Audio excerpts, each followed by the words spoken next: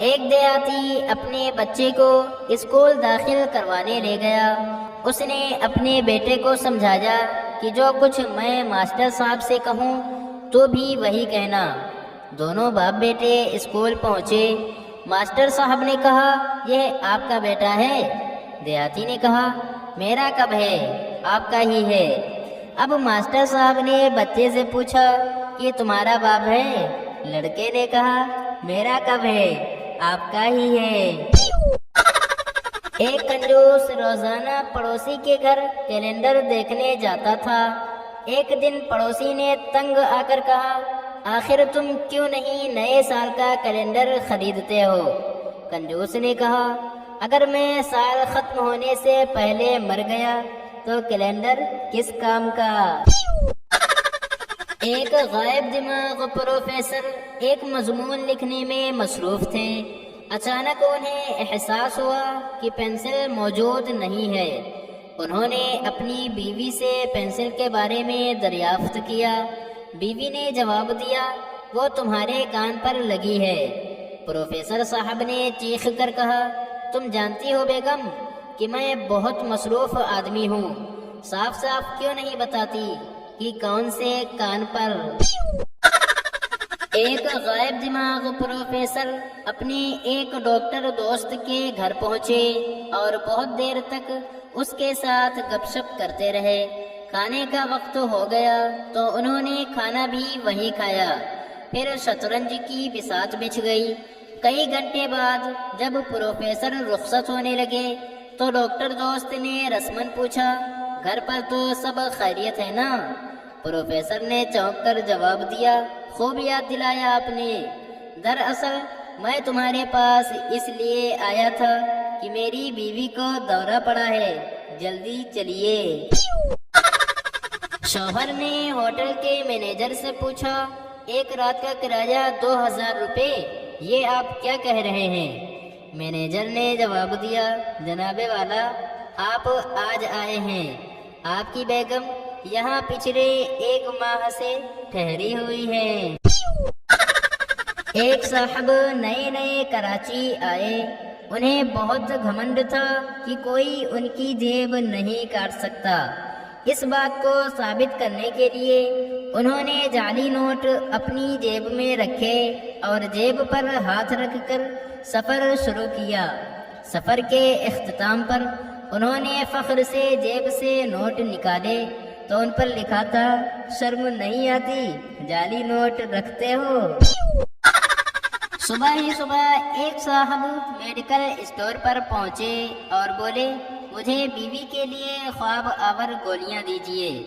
Medical store والے نے کہا، کل شام ہی تو آپ لے کر گئے تھے۔ وہ صاحب بولے، آپ سمجھتے کیوں نہیں، وہ پھر جاگ گئی ہے۔ چندہ مانگنے والا ایک کنجوس سیٹھ سے کہنے لگا، لوگوں کی بھلائی کے لیے ہم نے ایک تالاب بنانے کا فیصلہ کیا ہے، آپ بھی اس کے لیے کچھ تعاون کیجیے۔ کنجوس سیٹھ نے کہا، میں لوگوں کی بھلائی کرنے کے لیے ہر ممکن تعاون کے لیے تیار ہوں، اس لیے اپنے نوکر کو آواز دے کر بولا، فضلو انہیں 2 بالٹی پانی دے دو۔ ایک صاحب کو نیند میں چلنے کی بیماری تھی۔ ایک رات وہ نیند میں بستر سے اٹھ کر دروازے کی طرف بڑھے تو ان کی بیوی بولی، میں تمہیں بتانا ہی بھول گئی کہ نئی ملازمہ آج شام ملازمت چھوڑ کر چلی گئی ہے۔ ایک جہاز میں 3 آدمی سفر کر رہے تھے، ایک امریکی، ایک عربی اور ایک پاکستانی۔ امریکی نے جیب سے پیسے نکالے اور جہاز سے نیچے گرا کر کہنے لگا، ہمارے ملک میں دولت زیادہ ہو گئی ہے۔ عربی نے کہا، ہمارے ملک میں سونا زیادہ ہو گیا ہے، اور سونا نیچے گرا دیا۔ پاکستانی سوچنے لگا کہ میں کیا کروں، پھر اس نے دونوں کو جہاز سے نیچے گرا دیا اور کہنے لگا، ہمارے ملک میں آدمی زیادہ ہو گئے ہیں۔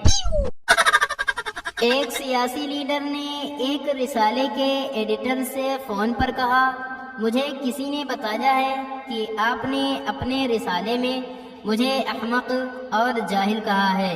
ایڈیٹر نے بڑے تحمل سے جواب دیا، نہیں جناب، کسی اور رسالے نے لکھا ہوگا۔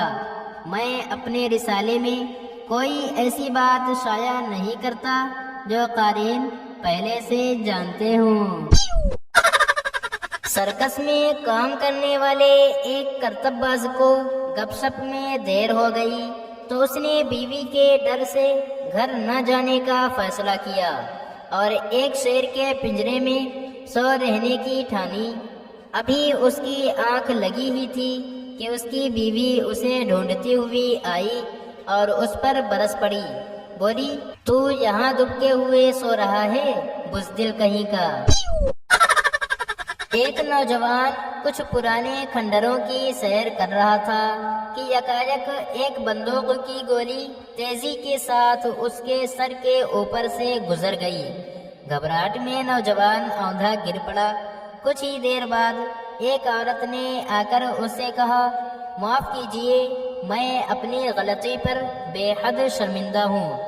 دور سے میں دھوکے میں آپ کو اپنا شوہر سمجھ بیٹھی تھی۔